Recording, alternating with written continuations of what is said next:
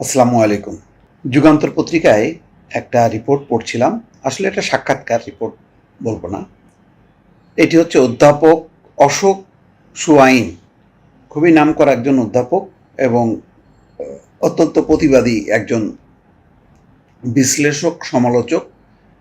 BJP সরকার তার বিরুদ্ধে রীতিমতো একটা কঠোর অবস্থান এবং বারবার তাকে অবাঞ্ছিত করার চেষ্টা করেছে, কিন্তু আইনগতভাবে তিনি জয়যুক্ত হয়েছেন। অধ্যাপক অশোক সোয়াইন হচ্ছেন সুইডেনের উপসালা বিশ্ববিদ্যালয়ের পিস অ্যান্ড কনফ্লিক্ট স্টাডিজ বিভাগের চেয়ারম্যান। ভারতের শাসক দল বিজেপির একজন কট্টর সমালোচক হিসেবে তিনি পরিচিত।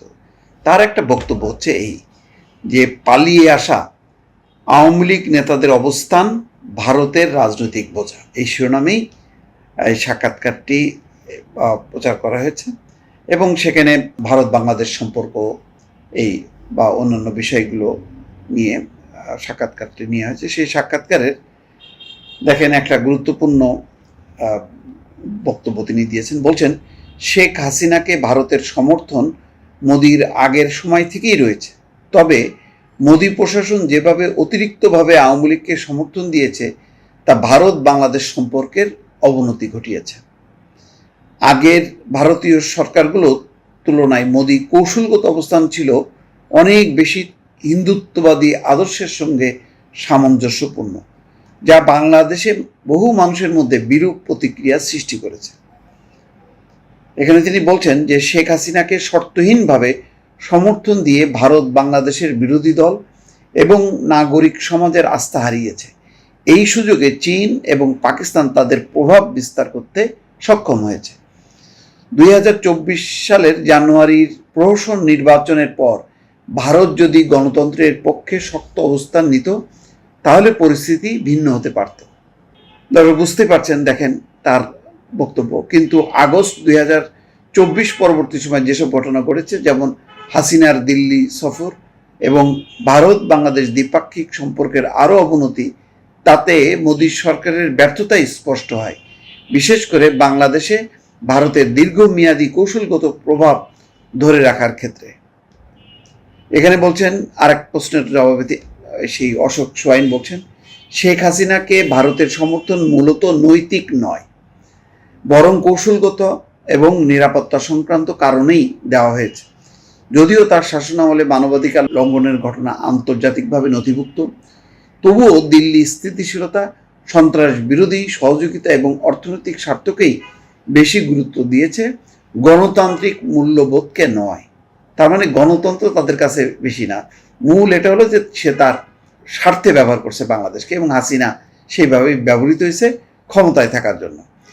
আওয়ামী লীগের বিকল্প বিবেচনা না করার পিছনে কয়েকটি বিষয় কাজ করেছে। ভারতের হিন্দুত্ববাদী সরকার মনে করেছে ইসলামী জঙ্গিবাদ দমনে এবং সীমান্ত নিরাপত্তা রক্ষায় হাসিনা একজন নির্ভরযোগ্য সহযোগী।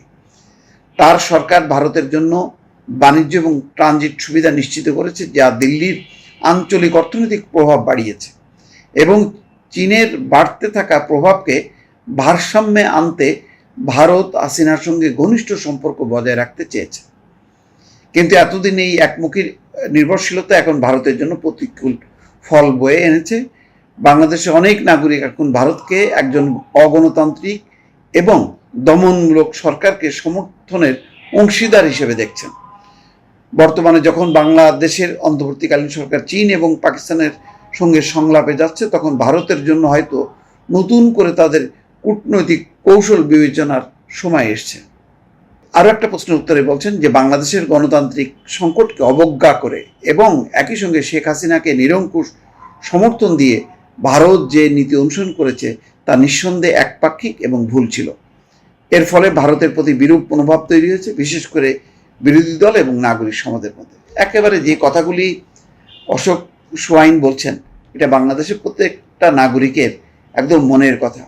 ভারত অন্ধভাবে শেখ হাসিনাকে সমর্থন করার ফলে ভারত একেবারে আওয়ামী লীগের বাইরে সমস্ত নাগরিক সমাজ, রাজনৈতিক দল সবার কাছ থেকে বিচ্ছিন্ন হয়ে গেছে। এতে ভারতের লাভ হয়নি। ভারত এখন অন্য যে কোনো সরকারকে বা দলকে এখন শত্রু মনে করছে এবং সেখানে আস্থার একটা ঘাটতি আছে। আস্থার ঘাটতি আছে বলেই এখন নানা রকম বাণিজ্য অবরোধ, অর্থনৈতিক প্রতিবন্ধকতা তৈরি, সীমান্ত উত্তেজনা এসব করে ভারত প্রতিশোধ নিচ্ছে। কিন্তু তাতে দীর্ঘমেয়াদী ভারতের জন্য কোনো লাভ না, বরং একটা সবসময় একটা শত্রুতা বা রেষারেষির পরিবেশ থাকবে, যেটা ভারতের জন্য মানে খুব ভালো সুফল বয়ে আনবে না। দর্শক ভালো থাকবেন, আল্লাহ হাফিজ।